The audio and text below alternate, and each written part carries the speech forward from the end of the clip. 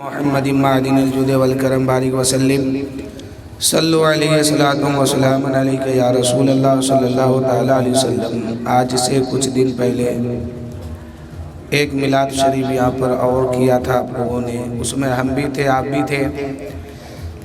2-4 دن پہلے کی بات ہے، پھر آج بھی ہے۔ انشاءاللہ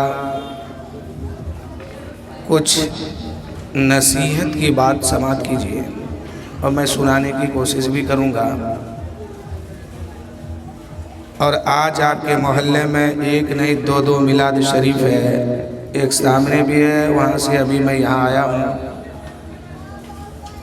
انشاءاللہ جب تک آپ لوگ یہاں رہیں گے پھر کچھ دیر کے بعد میں یہاں سے اور کہیں جاؤں گا۔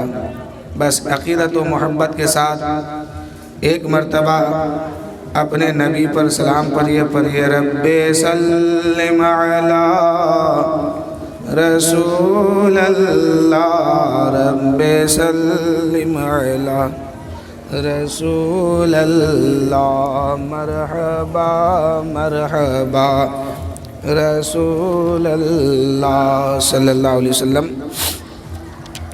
ایک 2 اشعار نعت شریف کا سماعت فرمائیں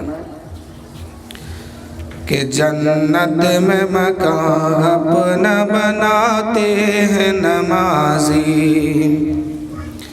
کہ جنت میں مکان اپنا بناتے ہیں نمازی، جنت میں مکان اپنا بناتے ہیں نمازی، جنت میں مکان اپنا بناتے ہیں نمازی، جنت میں مکان اپنا بناتے ہیں نمازی، جنت میں مکان اپنا بناتے ہیں نمازی، مسجد میں بڑے شوق سے جاتے ہیں نمازی۔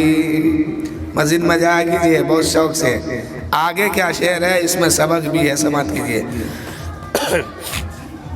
کہ جنت میں مکان اپنا بناتے ہیں نمازی، مسجد میں بڑے شوق سے جاتے ہیں نمازی، معبود بھی خوش ہوتا ہے محبوب بھی راضی، سجدے کے لیے سر کو جھکاتے ہیں نمازی، معبود بھی خوش ہوتے ہیں، معبود بھی خوش ہوتا ہے محبوب بھی راضی، سجدے کے لیے سر کو جھکاتے ہیں نمازی، جنت میں مکان اپنا بناتے ہیں نمازی۔ اور اگلا شعر سنیے،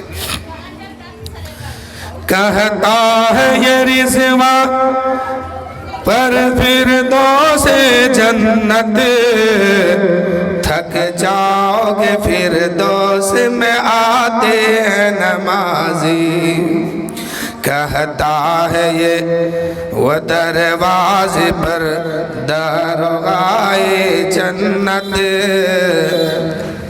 جنت کے دروازے پر ایک فرشتہ ہوں گے، اس کا نام کیا ہے، رضوان جنت، داروغہ جنت۔ ان کا کہنا ہے کہ کہیں بھی جاؤ تھک جاؤ کہیں نہ پاؤ گے، آنا ہی پڑے گا یہاں۔ تو یہاں آنے کے لیے کیا کرنا ہوگا وہ سنیے، کہتا ہے یہ دروازے پر داروغہ جنت، تھک جاؤ گے فردوس میں آتے ہیں نمازی، جنت میں مکان اپنا بناتے ہیں نمازی، جنت میں مکان اپنا بناتے ہیں نمازی، مسجد میں بڑے شوق سے جاتے ہیں نمازی۔ اور درود شریف پڑھیے، اللہم صلی علی سیدنا شفیعنا حبیبنا مولانا محمد معدن الجود والکرم بارک وسلم، صلو علیہ صلاۃ و سلام علیکہ یا رسول اللہ صلی اللہ تعالیٰ علیہ وسلم۔ 2-4 اشعار اور نعت شریف کا سماعت کیجئے کہ مصطفیٰ سے پیار کیجئے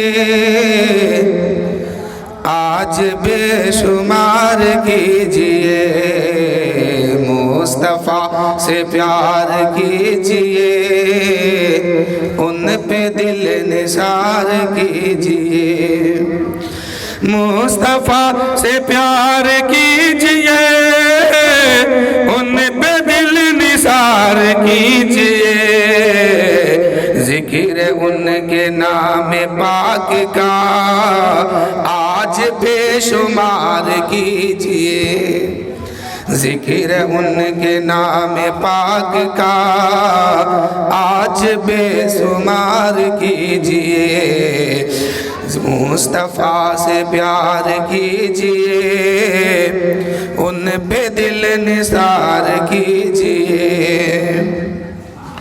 صدقہ اپنی آل پاک کا چاہے اپنی نال پاک کا، صدقہ اپنی آل پاک کا چاہے اپنی نال پاک کا، اتنی بھیک دے کے اے حضور، اتنی بھیک دے کے اے حضور ہم کو تاجدار کیجئے۔ اعلیٰ حضرت عظیم البرکت مجدد دین و ملت فاضل بریلوی ارشاد فرماتے ہیں کہ سب چمک والے اجلوں میں چمکا کیے، اندھے شیشوں میں چمکا ہمارا نبی، اور کون دیتا ہے دینے کو منہ چاہیے۔ آج دنیا میں آپ دیکھتے ہوں گے کوئی بھی سائل اگر ایک آدمی کے پاس بار بار آتے ہیں، یا کوئی مدرسے کا چندہ کرنے والا اگر مسجد میں بار بار آتے ہیں تو لوگ جھڑک اٹھتے ہیں کہ یہ بار بار یہی کیوں آتے ہیں، لیکن میرے نبی کا دربار وہ ہے کہ اعلیٰ حضرت کہتے ہیں کہ کون دیتا ہے دینے کو منہ چاہیے، ہے دینے والا سچا ہمارا نبی۔ اب ایک بار نہیں کروڑوں بار جائیے اپنے نبی کی بارگاہ میں، ہر بار اس سے زیادہ آپ کو عطا کیا جائے گا۔ تو سب چمک والے اجلوں میں چمکا کیے، اندھے شیشوں میں چمکا ہمارا نبی، اور کون دیتا ہے دینے کو منہ چاہیے، ہے دینے والا سچا ہمارا نبی، اور غم زدوں کو رضا مزدہ دیجئے کہ ہے بے کسوں کا سہارا ہمارا نبی۔ شاعر کہتے ہیں کہ صدقہ اپنی آل پاک کا چاہے اپنی نال پاک کا، اتنی بھیک دے کے اے حضور ہم کو تاجدار کیجئے، اتنی بھیک دے کہ اے حضور ہم کو تاجدار کیجئے۔ اور آخری شعر ہے کہ کوئی مجھ سے آج کہہ گیا مرنے والے چین لے ذرا، کوئی آج مجھ سے کہہ گیا مرنے والے چین لے ذرا، آئیں گے حضور قبر میں تھوڑا انتظار کیجئے، نہ مصطفیٰ سے پیار کیجئے، مصطفیٰ سے پیار کیجئے ان پہ دل نثار کیجئے، ذکر ان کے نام پاک کا آج بے شمار کیجئے۔ درود شریف پڑھیں، اللہم صلی علی سیدنا شفیعنا حبیبنا مولانا محمد معدن الجود والکرم بارک وسلم، صلو علیہ الصلاۃ والسلام علیکہ یا رسول اللہ صلی اللہ تعالیٰ علیہ وسلم۔ اللہ تعالیٰ قرآن مقدس میں ارشاد فرمایا اِنَّا نَحْنُ نَزَّلْنَا الذِّكْرَ وَإِنَّا لَهُ لَحَافِظُونَ، بے شک ہم نے ہی ذکر کو اتارا، ہم ہی اس کی حفاظت کرنے والے ہیں، ہم نے ہی ذکر کو اتارا، ہم ہی اس کی حفاظت کرنے والے ہیں۔ اے میرے دوستو، کوئی ذکر کرے یا نہ کرے، لاکھ لوگ مٹانے کی کوشش کریں، وہ تو مٹ جائیں گے، مگر نبی کا ذکر نہیں مٹایا جائے گا، قرآن کا ذکر نہیں مٹایا جائے گا، اسلام کی باتیں نہیں ختم کی جائے گا۔ اس لیے کہ ساری دنیا جو ہے وہ فانی ہے، ختم ہونے والی ہے، اور اللہ کی ذات باقی ہے۔ اور خدا فرماتا ہے کہ ہم نے ہی ذکر کو اتارا ہے، ہم ہی اس کی حفاظت کرنے والے ہیں۔ اس سے پتہ کیا چلا ہے، لوگوں کو ذکر کرے یا نہ کرے، لاکھ لوگ مٹانے کی کوشش کرے، وہ تو مٹ جائیں گے۔ پوری دنیا مل کر کے یہ فیصلہ کر لے، کسی کو کچھ نہیں بولنا ہے، لیکن پوری دنیا تو ختم ہو جائے گی، خدا کی ذات باقی رہنے والی ہے۔ اور خدا فرماتا ہے کہ ہم اپنے حبیب کا ذکر کرتے ہیں، تو مصطفیٰ کا ذکر مٹانا غیر ممکن ہے، اور خدا کا بھی ذکر مٹانا غیر ممکن ہے۔ نہ مصطفیٰ کا ذکر ختم ہو سکتا ہے، نہ خدا کا ذکر ختم ہو سکتا ہے۔ اور ہمارا کلمہ کیا ہے؟ لا الہ الا اللہ محمد الرسول اللہ صلی اللہ علیہ وسلم۔ اس کلمے کے بارے میں آپ جانتے ہیں کیا ہے؟ بجا والا ہے، تھوڑا ایک کو کم کرو، تھوڑا ایک کو کم کروا دو۔ اللہ تعالیٰ نے جب اپنے حبیب کو پیدا فرمایا، کہاں پیدا فرمایا؟ جہاں کچھ نہیں تھا، سب سے پہلے اللہ نے اپنے حبیب کے نور کو پیدا فرمایا۔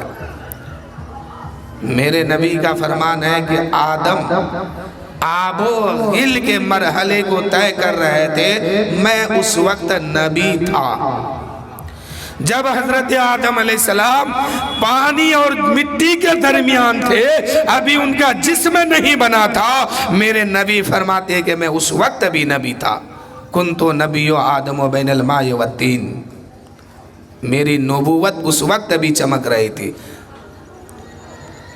تو آدم علیہ السلام، تھوڑا آواز بڑھائی، آدم علیہ السلام اس وقت جب آب و غل کے مرحلے طے کر رہے تھے، ابھی آدم علیہ السلام کا جسم نہیں بنا ہے، اور نبی فرماتے ہیں کہ میری نبوت اس وقت بھی چمک رہی تھی، اس وقت بھی نبی کی نبوت چمک رہی ہے۔ تو خدا نے وہاں نبی کے نور کو پیدا فرمایا جہاں پر کچھ نہیں تھا۔ جب اس بات پر بات نکل گئی ہے تو مختصر انداز میں سنیے، پھر انشاءاللہ میں کلمہ جو بولا نا کہ لا الہ الا اللہ محمد الرسول اللہ صلی اللہ علیہ وسلم ہم لوگ پڑھتے ہیں، تو اس کے بارے میں میں کچھ آخر میں بیان کروں گا، اگر ذہن سے بات نکل جائے تو یاد دلائیے گا۔ اللہ نے اپنے حبیب کو وہاں بنایا جہاں کچھ نہیں تھا، اور بنانے کے لیے، کسی چیز کو بنانے کے لیے کوئی چیز کا ہونا ضروری ہے۔ آدم علیہ السلام کو اس وقت بنایا گیا جس وقت زمین موجود تھی، آسمان موجود تھا، اور پانی موجود تھے، اور نبی کا نور بھی موجود تھا۔ آدم علیہ السلام کو 4 چیزوں سے بنایا گیا، زمین سے مٹی لی، آسمان سے پانی لیا، اور اپنے حبیب کی نور کو ملایا، اور روح آدم کو اس میں ڈالا۔ تو آدم علیہ السلام تو پیدا ہوئے۔ اللہ کی بارگاہ میں سوال کیا ہے، پروردگار تو نے آدم کو بنایا ہے تو 4 چیزیں پہلے سے موجود تھی، لیکن پروردگار جب اپنے حبیب کو بنایا تو اس وقت تو کچھ بھی نہیں تھا، تو پھر کس چیز سے اپنے نبی کو بنایا؟ آدم کو بنانے کی بات آئی ہے تو زمین موجود تھی، فرشتوں کو حکم ملا، زمین سے مٹی اٹھائی اور لے کے گئے، پانی لیا اور نور محمدی کو ملایا، آدم کے جسم اقدس بن کے تیار ہو گیا، روح ڈالی گئی، جان آ گئی، اور آدم علیہ السلام کی زبان سے کیا نکلا؟ الحمدللہ، یہی ہوا۔ لیکن جس وقت آدم علیہ السلام کو بنایا گیا تھا اس وقت تو ساری چیزیں موجود تھی، لیکن اے پروردگار جس وقت تو اپنے حبیب کے نور کو بنایا تھا اس وقت زمین بھی نہیں تھی کہ مٹی لیا جائے، آسمان بھی نہیں تھا کہ آسمان کے کسی ٹکڑے کو لیا جائے، پانی بھی نہیں تھا کہ پانی کے کسی قطرے سے بنایا جائے۔ اے پروردگار تو اپنے حبیب کو بنایا تو کیسے بنایا؟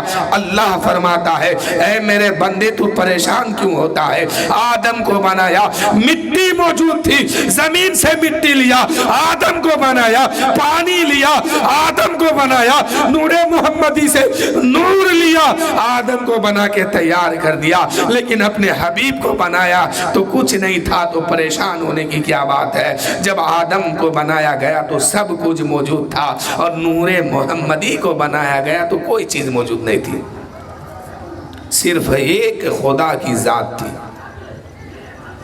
تو اللہ تعالیٰ کی بارگاہ سے جواب ملتا ہے کہ اے میرے بندے آدم کو بنایا گیا، سب چیزیں موجود تھی، لیکن نور محمدی کو جب بنایا گیا کچھ نہیں تھا، تو کیا ہوا؟ میں تو تھا، میں اپنے نور سے ایک نور نکالا، اس کو سامنے رکھا، اس کا نام محمد رکھ دیا صلی اللہ علیہ وسلم۔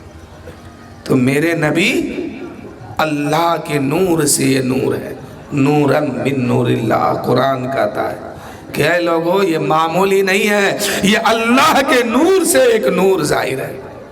خدا فرماتا ہے کہ اور چیزوں کو میں بنایا تو کسی نہ کسی ذریعہ سے، لیکن جب اپنے حبیب کو بنایا تو اس وقت بنایا، نہ آگ تھی نہ مٹی، نہ ہوا تھی نہ پانی، کوئی چیز موجود نہیں تھی، نہ دنیا، نہ آسمان، نہ زمین، نہ سمندر، نہ ہوائیں، نہ فضائیں، کچھ نہیں۔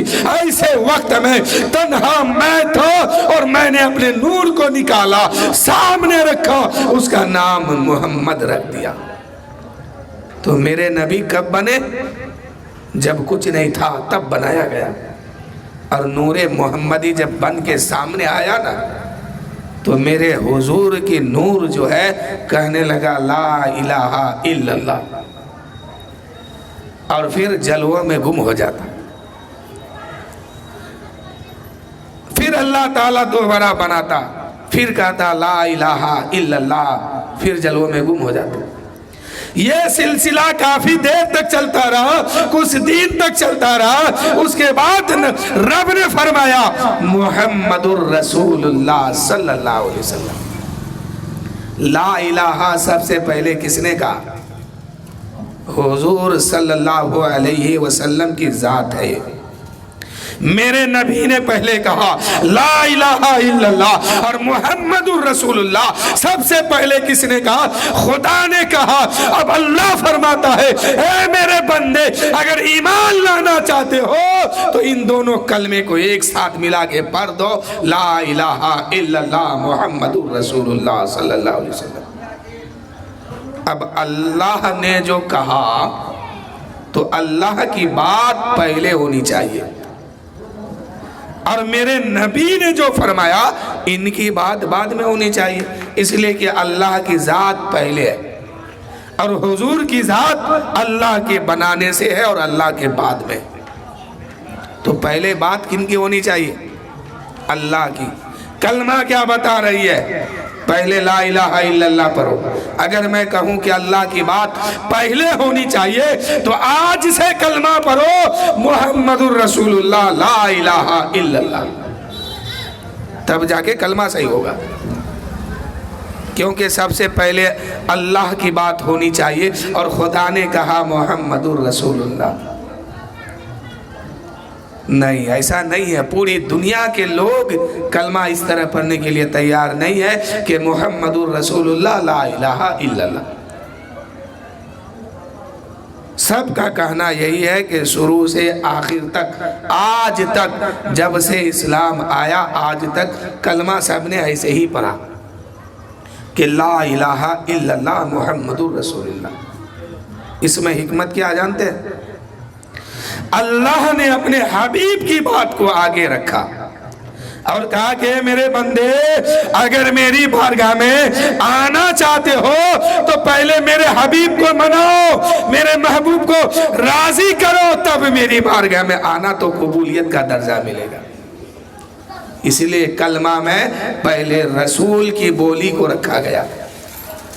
جب یہ دونوں بولی لا الہ الا اللہ رسول کی بولی ہے اور محمد الرسول اللہ یہ اللہ کی بولی ہے، یہ دونوں بولی جب اکٹھا ہوتی ہے تب جا کے کلمہ بنتا ہے، اور کوئی پڑھتا ہے تو ایمان والا ہوتا ہے۔